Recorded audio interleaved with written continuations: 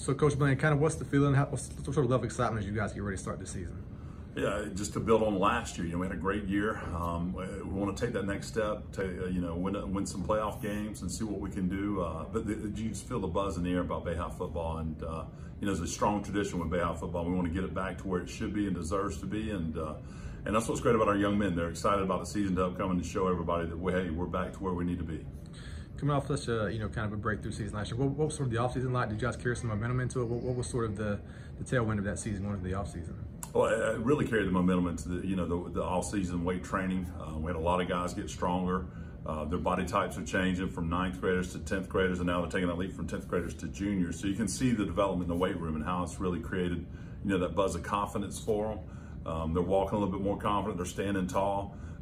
They like looking at themselves in the mirror a little bit longer, and so I think that momentum from having a successful season into the weight room. We won a lot of weightlifting meets in the off season, and continue to work hard, and went on and had a great spring training as well.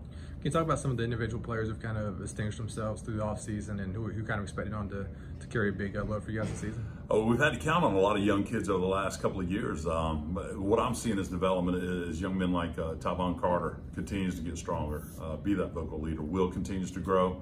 A lot of the linemen, I think, are really to turn it around and have a big year for them. Levy Johnson, Keelan Hayes, Jordan Sykes, KT's still the anchor in that offensive line.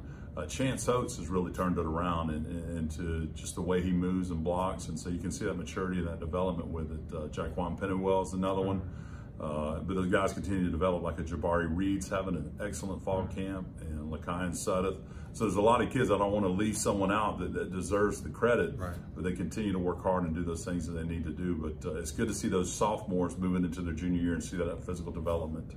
Always tough replacing, a player like CJ Campbell, who's your best player. What's it been like to replace him, and how do you guys kind of pick up that slack this year collectively? It's going to be hard to replace him, obviously. We have a couple of running backs, Damari Spruill and Mike Johnson, have really stepped up. It's not going to be that one person carrying the load on offense. I think Will's going to have a bigger role in it, which CJ took a lot of pressure off Will last year. Because, handing the ball to CJ is like making a long pass at times. But Mike has been doing a great job getting better with it. Damari Spruill's been excellent with his speed. They're two different kind of backs. CJ, stronger, fast. So Mike's more of a physical running back, and Damari's more of the quicker speed guy. So we're kind of trying to duplicate it in two to what we had in one last year. You guys have come a long way since you got here, and you guys really struggled in year one, kind of a breakthrough year last year. What's sort of the next step for you guys, and what does that look like? Well, we have to be consistent every week. We've had great weeks last year. Then we'd have an off week, which, when you line up at Tommy Oliver Stadium wearing that Bayhawk uniform, it's hard to feel that you would have an off week, but, part of that youth and inexperience, it happens. So I think that consistency this year, winning every week, winning every day, and that's one of the things we tried to establish from the beginning. And living by those 8 keys of excellence, and know where you're, living above the line and working hard every day. So that's some of the things we've established over the last couple of years, and hopefully it's time to see all the work and the investment pay off.